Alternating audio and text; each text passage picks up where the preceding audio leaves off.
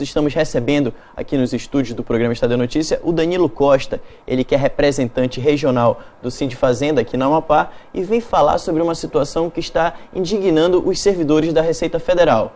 Um bônus eficiência foi criado apenas para 2 categorias dentro da Receita e isso não é justo com todos os servidores. Boa tarde, Danilo. Boa tarde. A gente está hoje em assembleia nas quartas e nas quintas-feiras, tá? Discutindo justamente a não inclusão dos servidores administrativos do Ministério da Fazenda no bônus. Tá? O bônus de eficiência ele é custeado com o dinheiro do Fundaf, que é um fundo que ele é financiado, ele é cheio através de leilões, através de multas de fiscalização e através da própria economia de gastos feita pelos órgãos. Tá? Foi montado um grupo de trabalho desde 2013 e a gente sempre tentando negociar, sempre tentando... Isso vale para o país inteiro? Isso, exato, para o país inteiro. É uma espécie de gratificação? Exato, exato. Agora, por que só aos auditores e analistas? Nós também queremos saber. O governo até hoje não deu um motivo. Pois é, para o nosso ouvinte, telespectador entender melhor, no caso, existe um orçamento próprio da Receita Federal. Se os servidores mantiverem uma economia tanto nos gastos, como também na arrecadação por meio de projetos, esse bônus ele atende apenas a 2 categorias? Exato, exato. Dentro do Ministério da Fazenda, e nesse caso aqui, falando da parte de arrecadação, existem... No caso da Receita Federal, 3 categorias. Existem auditores, analistas e administrativos. Tá? O bônus está sendo restrito apenas aos auditores e analistas. Se a gente for considerar em questão de quantidade de servidores, os servidores administrativos em vários estados, incluindo o Amapá, são maioria. Quantos por cento a mais que os analistas por e auditores? exemplo, aqui, a gente seria entre 60% e 70% dos servidores. Sendo que, por exemplo, dentre os itens que compõem o bônus também, existe uma parte da gratificação referente ao atendimento. Para vocês terem uma ideia, hoje, 80% do atendimento direto ao contribuinte, aquelas pessoas que quando você vai na Receita você encontra naquelas mesas, são servidores administrativos. As pessoas que resolvem diretamente a maioria dos problemas são servidores administrativos, que estão lá na linha de frente, conversando com o contribuinte, tentando resolver. A não inclusão no bônus, trocando assim em miúdos, trazendo um pouco para a realidade da maioria, seria mais ou menos como você ter um setor lá, você tem os seus colegas e tem o seu chefe. Imagine que você vai, junto com os seus colegas e o seu chefe, você vai e consegue alcançar uma determinada meta e o setor ganha uma bonificação. Ao invés da bonificação ser dividida com todo mundo, ficaria só para o chefe.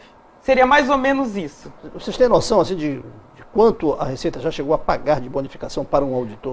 Na verdade, o bônus, ele não foi, ele está em estudo na... Ainda não está em execução? Não está em execução, ele está ainda em estudo. É por isso que vocês estão se antecipando em fazer um movimento reivindicatório, né? De querer também participar do mesmo direito do analista e do auditor. Exatamente. O que acontece? A comissão especial, ela está sendo formada agora, essa semana, tá? Obviamente... Isso demorou um pouco por conta da votação do impeachment, a situação do Congresso estava bem confusa. Tá? Então, no momento, está em formação a comissão especial do projeto de lei 5864, que é o que trata disso aí. E aí, a Receita Federal vai ser, a Receita, o Ministério da Fazenda, o Ministério do Planejamento, vão ser consultados nesse momento do estudo da lei. Tá? Então, o que a gente quer? Chamar atenção para o fato da gente não estar incluso, tá? E, de certa forma, provocar o governo a solicitar a inclusão, porque o governo tem essa prerrogativa. O governo pode chegar e dizer, olha, eu quero incluir sim os servidores administrativos. Já há uma sensibilização por parte das autoridades, dos comandantes da Receita Federal no Brasil? Então, na verdade, a gente está hoje no 2º dia de mobilização. A gente tem tido muita...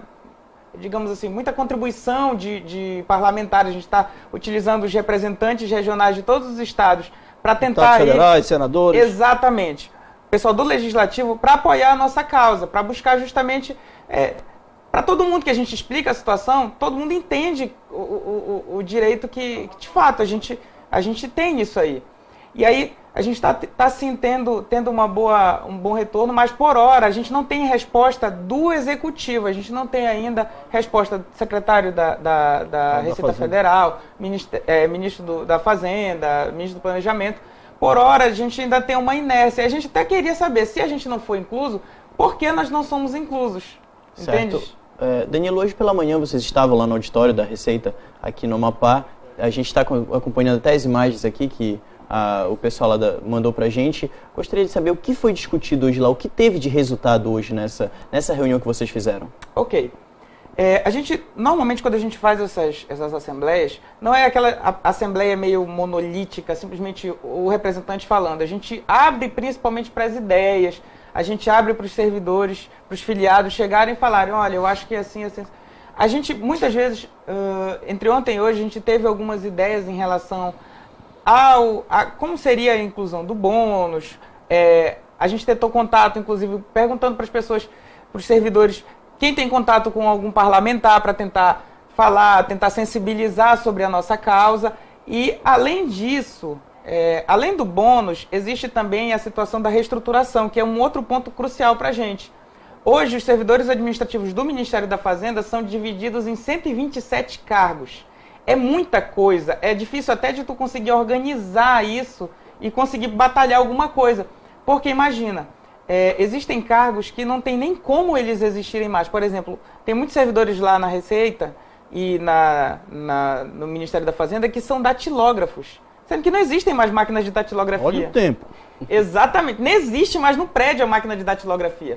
Então, assim, como os cargos existem cargos antigos, cargos que foram herdados do ex-território, esses cargos precisam urgentemente ser reestruturados. A gente tem, inclusive, um projeto que o sindicato fez o estudo para... Seria uma reforma administrativa. Né? Exato, seria uma aglutinação e modernização dos cargos. A gente, por exemplo, juntaria os cargos de nível médio como técnico fazendário, juntaria os cargos de nível superior como analistas fazendários.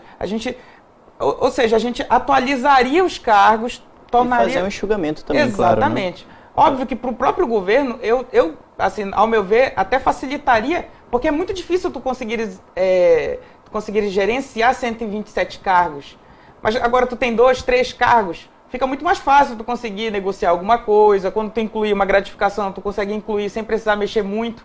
Entendeu? Em relação aos outros estados, como é que está essa relação do Amapá com os outros estados para conseguir reverter a situação? Porque eu estava acompanhando o site de vocês, o Sindifaz, ele tem um site, né? Sim. E aí vocês atualizam com as matérias. E tem lá uma reportagem do Acre, que no caso os servidores lá do Acre já estão fazendo manifestos de paralisação. Como é que está aqui no Amapá? Tá. Aqui a gente está optando pelas assembleias, tá? Para a gente discutir. A gente costuma evitar o embate, principalmente porque a gente está no início da mobilização. Então a gente não quer partir para o confronto, a gente quer conversar, a gente quer que o governo chegue com a gente e diga, olha, seguinte, vamos estudar como é que a gente vai fazer. Tá, não dá o bônus dessa forma, com as mesmas características, mas vamos criar uma coisa aqui, algo que seja semelhante, vamos reestruturar. A gente não consegue hoje chegar com o governo, sentar e ter uma posição. Hoje a gente não tem isso, entendeu? E aí, considerando que nós somos a maior parte, temos muitos servidores lá que estão há muito tempo, são servidores experientes, são servidores que hoje eles carregam a grande parte do conhecimento do Ministério da Fazenda está nesses servidores. E nada mais justo do que reconhecer eles. Eu sou um servidor mais novo. Eu sei de gente lá do Ministério que tem um conhecimento que muita gente, muitos auditores e analistas não vão ter por conta da vivência. E os auditores e os analistas aqui do Amapá, eles estão na causa junto com vocês? Aí é que tá. Eles têm a causa deles, específica. No caso dos auditores e analistas, eles têm as pautas específicas desse projeto de lei. Em alguns casos... assim, a gente não chega a criar um embate direto, né? A gente, na verdade, quer só ser incluso, que é o reconhecimento, né? Porque deixa parecer que está uma guerra aí entre os servidores de contrato administrativo com os auditores e os analistas. Não seria exatamente do contrato administrativo. Seria, por exemplo, o cargo meu é assistente técnico administrativo, tá? Então, são servidores que têm... São todos concursados, né? Todos concursados. Sim. Exato. Então, eu entrei pelo concurso de 2014, tá? Então, estou aí há um ano na Receita. E tal como o meu cargo existe na Receita, tem esse mesmo cargo no Ministério da Fazenda, lá que hoje é SAMP, né, que antigamente era SANF. Tem na Procuradoria da Fazenda Nacional, na PFN, que cuida já da parte judicial, dos débitos fiscais. Então, assim, é importante demais o reconhecimento, porque observa que tem servidores, eu falo assim, eu tenho muitas coisas que eu falo aqui, não por mim, mas pelos outros servidores que estão lá há muito mais tempo do que eu e que precisam desse reconhecimento. Sem o serviço desses servidores, dessa galera, principalmente a galera mais antiga, eu garanto, seria muito mais difícil hoje você resolver seus problemas fiscais, entendeu? Quem você vai ver quando você vai para o atendimento é um servidor administrativo, muito provavelmente.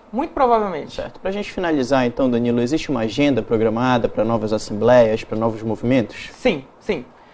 A gente definiu com, inclusive, edital nacional. Essa mobilização ela é nacional, tá? O edital é publicado e até agora está sendo definido nas quartas e nas quintas-feiras, tá? A gente vai se reunir, vai definir.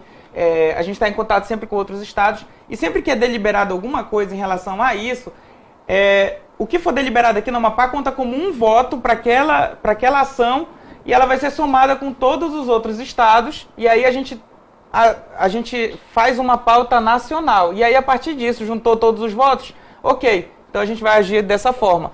Não tem aquele negócio, o Amapá vai agir diferente. Não, o Cid Fazenda, os servidores do Ministério da Fazenda estão nacionalmente unidos nisso aí. E ao meu ver, é uma luta justa, é uma luta que é por reconhecimento de servidores que estão lá e que tentam atender com presteza, com eficiência. O bônus de eficiência, na verdade, ele vem para reconhecer isso. E não tem como tu reconhecer apenas duas categorias. Tu tem que reconhecer a totalidade dos servidores. Por mais que não sejam o mesmo valor, mas que seja um reconhecimento que a gente veja, olha, eu estou trabalhando, eu estou fazendo isso aqui, estou fiscalizando, eu estou correndo atrás dos devedores para tentar regularizar a situação, para que a gente possa ser reconhecido.